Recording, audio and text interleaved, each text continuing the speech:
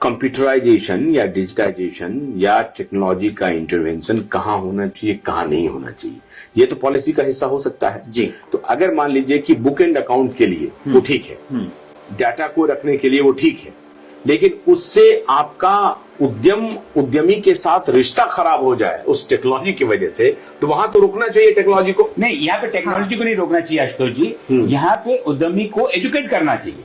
आप ये कह रहे हैं टेक्नोलॉजी से मेरे को कोई इतराज नहीं है, I am with the pro technology. Technology for the nation है। एजुकेट क्या करेगा? एजुकेट बताओ कि हम हमारे ये पैरामीटर सुनने वाले हैं, हम ये करने वाले हैं, उनको अपग्रेड करो। तो ये कितने उद्यमियों को नहीं मालूम है कि आपके एनपीए का नॉर्म्स जो है वो 90 डेज हो गया है। आज की डेट में सबको पता चल गया है। आज कितना खोने के बाद लोगों को पता चला। तो ऐसे कितने लोग होंगे जिनको कि ये मालूम ही नहीं होगा कि हमारा 90 दिन का हो गया, उनका एनपीए हो गया? जो बहुत छोटे बॉरोवर से उनको नहीं पता होता है। नहीं होता, अभी भी नहीं होता, अभी भी नहीं होता। अभी भी नहीं है। अभी भी टैक्सी ड्राइवर से हम लोग ये ऊबर वाले ड्राइवर्स हैं, इनको नहीं पता होता, क्योंकि इनको गाड़ी तो उन्होंने लोन से ली है, इनको बेचारों को पता ही नहीं है, उनको पेनल इंटरेस्ट भी नहीं पता होता, क्योंकि उस वक्त बताते हैं पर वो उस वक्त इतनी चीजें बताते हैं कि उसे याद ही नहीं रहती।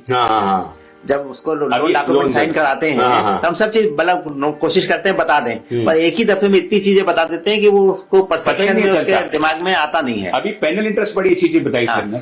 अच्छे से अच्छे व्यापारी को पेनल इंटरेस्ट के बारे में नहीं पता होता सर, मैं आपको बताऊं। और पेनल इंटरेस्ट क्या है? पेनल इंटरेस्ट देखिए, मैं बोल नहीं पा रहा था कि आपको भी नहीं पता होगा, मैं बोल नहीं पा रहा था, आपने बोल दिया। बोलिए। पेनल इंटरेस्ट होता है कि सर आपने कुछ उनकी फॉर्मेलिटीज को या इनके डॉक्यूमेंट्स देने के अंदर में देरी कर दी तो आपके ऊपर में 1% चार्ज एक्स्ट्रा लग जाएगा। हाँ, जैसे ये पेनल्टी है, ये हमारे प्रॉफिट को खा जाती है क्योंकि हमारे प्रोविजंस में नहीं होते हैं। जैसे कैश क्रेडिट अकाउंट है, जैसे हम लोग हाइपोथेकेशन पे देते हैं, वर्किंग कैपिटल जिसे कहते हैं, उसमें हम एक्सपेक्ट करते हैं, बैंक से एक्सपेक्ट करते हैं कि by the 7th day of the following month पहले मंथ का स्टॉक स्टेटमेंट दे देंगे। उनका ओपनिंग स्टॉक क्या था, क्लोजिंग स्टॉक क्या था, सन्ड्री क्रेडिटर्स उनके कितने हैं, वो सारी दे देंगे।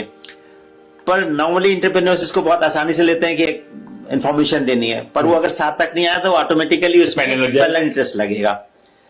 अच्छा, हाँ। अब ये चीज जो है ना, ये 1% क्या है? 1% ब्याज, टोटल लोन का ब्याज, टोटल लोन उस इंस्टॉलमेंट का 1%। 1%, 2% भी है, 2% अलग अलग मल्टीपल एरियाज में है। और मेरा कहना यह है कि ये इसके अंदर में जो आपसे अभी बात चल रही थी कि जो हम आनंद नेविगेटर का एक गठन कर रहे हैं संस्था का, उसके अंदर में हम इसकी एक व्यवस्था रखना चाहते हैं।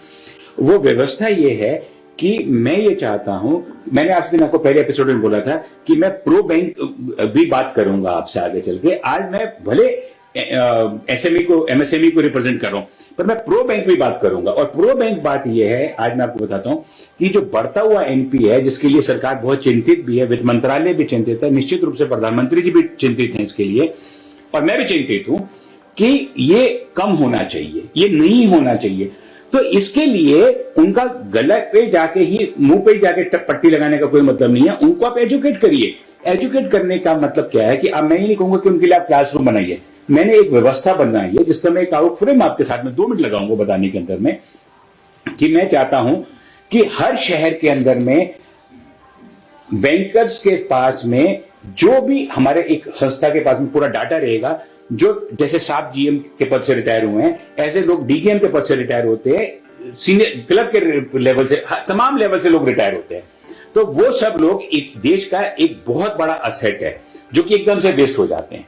तो कुछ लोगों को तो कहीं ना कहीं बैंक एकोमोडेट करता है, पर बाकी बाय एंड लार्ज आप ये कहते हैं कि रिटायर्ड जो ये हैं उनको एकोमोडेट करके एक जगह पे लाया जाए, एक बढ़िया, और आगे बताता हूं, सांसारिक उसको स्वरूप दिया जाए। और वो लोग, उनके पास में जैसे क्या है कि एक सीनियर मैनेजर के पास में आपने 2 अकाउंट दे दिए या 5 अकाउंट दे दिए और आपने उनका मेंटोर बना दिया ना, वो आदमी जो है वहां पे जाके उसके अकाउंट की पूरी मॉनिटरिंग करेगा और उसके लिए उसको फीस भी बोरोवर ही देगा, उसके लिए फीस भी बोरोवर देगा, भले वो बैंक के थ्रू रूट करें चाहे डायरेक्ट रूट करें, क्योंकि बोरोवर पैसे, और वहां से उनको वो पैसा बैंक बोरोवर, मैं समझ गया, बैंक अल्टीमेटली वो पैसा बोरोवर की जेब से जाएगा। जैसे आप हमसे 10% ब्याज लेते हैं तो आप हमसे 10% ले लीजिए, 0.1% एक्स्ट्रा ले लीजिए हमसे। तो इस तरह का अगर कोई व्यवस्था बनानी चाहिए। और उसके अंदर में वो लोग जो होंगे, जैसे वो एक सीनियर मैनेजर है, एक चीफ मैनेजर है, वो यूनिट के साइज के हिसाब से उसको प्लान किया है, मैंने पूरा प्रोग्राम है मेरे पास में, मुझे मिनिस्ट्री ऑफ फाइनेंस को रिप्रेजेंट